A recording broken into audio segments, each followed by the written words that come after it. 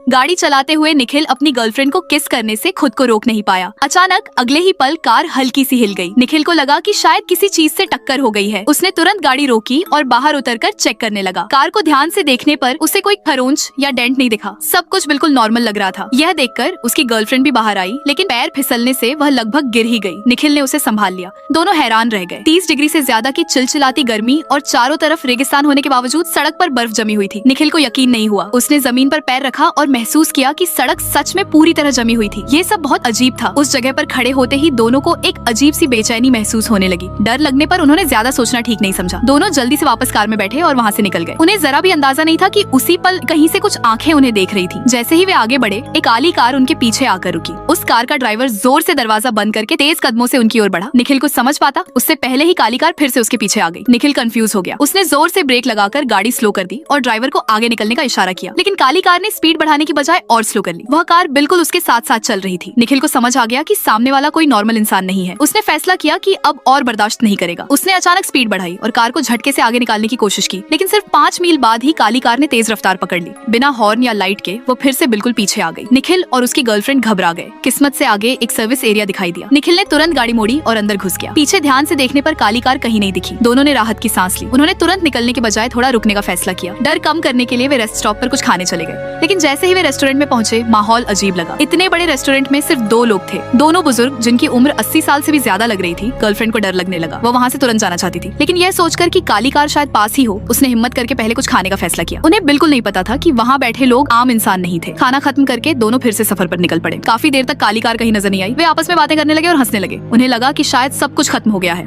लेकिन कुछ ही देर बाद पीछे से फिर वही काली कार दिखी। इस बार गर्लफ्रेंड पूरी तरह भड़क गई। गुस्से में उसने तय किया कि डरने से बेहतर है सामना करना। वो बिना सोचे समझे एक बिना लाइसेंस वाली टैक्सी की तरफ बढ़ी। निखिल ने उसे रोकने की कोशिश की, लेकिन उसने एक नहीं सुनी और टैक्सी में बैठ गई। जैसे ही उसने ड्राइवर का चेहरा देखा, उसकी सांस अटक गई। वह डर के मारे कुछ बोल नहीं पाई। उसने निखिल का हाथ पकड़ा और उसे खींचते हुए कार की तरफ भागी। निखिल पूछता रहा कि क्या हुआ, लेकिन उस वक्त जवाब देने का समय नहीं था। भागना ही सबसे जरूरी था। जैसे ही कार आगे बढ़ी, वही बिना लाइसेंस वाली टैक्सी फिर से पीछे आ गई। गर्लफ्रेंड ने एक्सेलरेटर पूरा दबा दिया, लेकिन कोई फायदा नहीं हुआ। वह टैक्सी और तेज हो गई। अब वह बिल्कुल उनकी कार से चिपकी हुई थी। पूरी तरह घबराकर उसने निखिल से पुलिस को कॉल करने को कहा, लेकिन रेगिस्तान में कोई नेटवर्क नहीं था। तभी उसने कांपती आवाज में बताया, जिस चेहरे को उसने देखा था वह इंसान नहीं था। उसके नुकीले दांत थे। वह एक राक्षस था।